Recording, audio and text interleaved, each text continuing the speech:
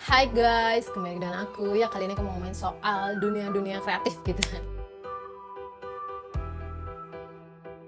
Dalam survei yang dilakukan oleh IBM menyatakan bahwa 60% CEO bilang bahwa soft skill yang paling penting untuk menjadi seorang pemimpin adalah kreativitas. Kenapa kreativitas gitu? Karena kreativitas bisa membantu seseorang untuk menyelesaikan masalah-masalah yang baru gitu kan, dan menghadapi tantangan yang selalu berubah.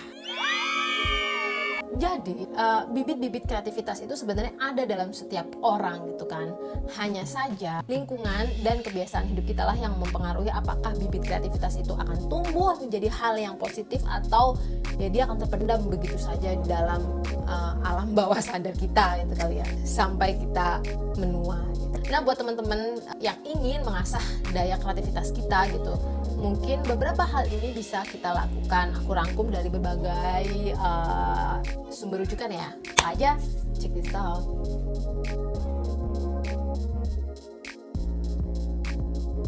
Yang pertama adalah ternyata untuk menjadi kreatif itu orang itu butuh yang namanya jadwal.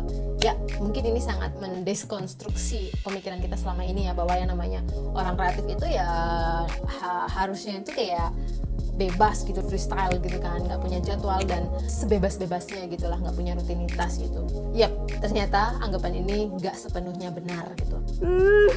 Karena kenyataannya tuh untuk sebagian besar orang menumbuhkan kreativitas itu butuh yang namanya rutinitas gitu kan, atau ya kita menyebutnya jadwal kayak gitu. Contoh aja nih, tengoklah gitu, kayak seorang penulis kreatif dan jenius gitu kayak Stephen King, Dan Brown gitu kan, yang sebenarnya dalam proses kreatifnya gitu kan, mereka itu mempunyai jadwal yang sangat-sangat ketat gitu kan. Ya, mereka punya jadwal sendiri untuk nulis kapan gitu kan, yang nggak disepelekan gitu. Kalau kata psikolog William James, rutinitas justru membebaskan pikiran kita gitu. Jadi ketika kamu punya jadwal gitu kan, pikiranmu tuh juga jadi nggak ada distraksi lagi gitu. Jadi ketika kita jadwalnya kerja, ya udah kita bisa fokus dengan pekerjaan kita gitu. Ketika kita punya jadwal untuk nulis, fokus kita yang ngerjain ini gitu, ngerjain nulis atau ngerjain project atau apapun gitulah gitu. Jadi kita nggak terpikir hal-hal yang lain gitu kan. Nanti kalau udah selesai baru kita mikirin yang lain. Ternyata kayak gitu. Jadi sediakan waktu yang tepat untuk berpikir kreatif gitu. Selain itu, rutinitas juga membantu kita lebih menghemat waktu gitu, dari memikirkan hal-hal yang sepele gitu. Kayak misalnya kita udah punya kebiasaan sarapan dengan menu A gitu kan, atau B atau C gitu. Ya udah gitu, kita nggak setiap pagi itu pusing mikirin mau masak apa ya hari ini, mau sarapan apa ya hari ini gitu sih. Kita udah nggak stres mikirin hal itu gitu kan, yang sebenarnya itu kita lakukan setiap hari gitu kan. Jadi kita bisa lebih mendayagunakan pikiran kita untuk hal-hal yang ya lebih kreatif gitulah, untuk mengerjakan project-project yang mungkin sedang kalian lakukan. Yang kedua adalah have fun. Berbahagialah. Ya, ternyata ini sangat mendukung daya kreativitas manusia ya. Kalau ya perusahaan besar semacam kayak Google gitu kan, mereka tuh sangat menyarankan karyawan-karyawannya untuk pergi berlibur ketika day off gitu kan, buat main gitu kan. Why gitu? Karena mereka tahu gitu kan bahwa kebahagiaan gitu, playful gitu kan, enjoyment itu mengurangi level stres manusia gitu, dan bisa meningkatkan rasa optimisme seseorang gitu, menambah motivasi dan tentu saja meningkatkan konsentrasi gitu. Jadi dalam sebuah penelitian menunjukkan bahwa rasa bahagia bisa membuat orang lebih bersyukur gitu, dan tentu saja rasa bersyukur itu membuat orang menjadi lebih mindfulness gitu ya. Jadi pikirannya tuh lebih clear gitu kan, lebih jernih gitu, dan tentu saja hal ini membuat orang bisa berpikir lebih kreatif gitu. Ya, seperti kita tahu secara biologis nih, hormon stres bisa dengan sangat mudah membunuh daya kreativitas manusia gitu. Meski ini memang ada beberapa pengecualian untuk beberapa seniman ya. Yang berikutnya adalah bangun lebih pagi. Dalam sebuah penelitian, bangun lebih pagi ternyata ngefek banget untuk daya kreativitas seseorang.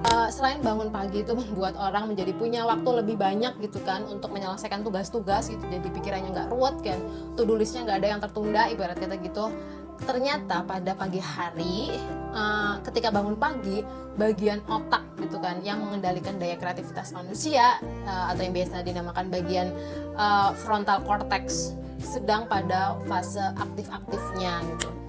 Jadi kayak tokoh-tokoh dunia semacam Benjamin Franklin gitu, Picasso, mereka tuh lebih suka bangun pagi dan melakukan hal-hal yang memang butuh kreativitas dalam pekerjaan mereka gitu. Lalu yang berikutnya adalah bergerak aktif gitu. Kegiatan fisik seperti olahraga, yoga gitu terbukti meningkatkan laju oksigen ke bagian otak ya.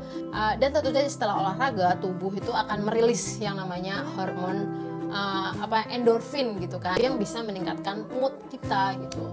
Nah hal ini biasanya diikuti dengan daya fokus kita yang meningkat gitu kan. Bahkan dalam penelitian dari Stanford mengatakan bahwa 90% orang merasa lebih kreatif setelah melakukan olahraga fisik. Yang berikutnya adalah journaling atau menulis bebas gitu. Jadi teknik ini sebenarnya banyak sekali dilakukan oleh orang-orang kreatif dunia ya, kayak terutama dalam bidang tulis menulis. Kenapa harus menulis bebas? Karena dengan menulis bebas kita itu menjadi terlatih untuk mengeluarkan apa yang ada dalam otak kita gitu. Memang ketika dalam proses menulis bebas tulisan kita menjadi panjang kali lebar gitu kan, kayak kemana-mana gitu, sifatnya sporadis gitu, dan kadang-kadang tuh kayak nggak karuan gitu dan loncat sana sini gitu. Justru teknik inilah yang membantu kita itu menemukan hal-hal unik yang ada dalam diri kita yang kadang-kadang tuh secara nggak sadar kita kepikiran itu ya gitu sih. Jadi sistemnya adalah coba deh luangkan waktu 15 menit aja dalam sehari, lalu tulis apa aja yang kamu pikirkan dan apa aja yang kamu rasakan.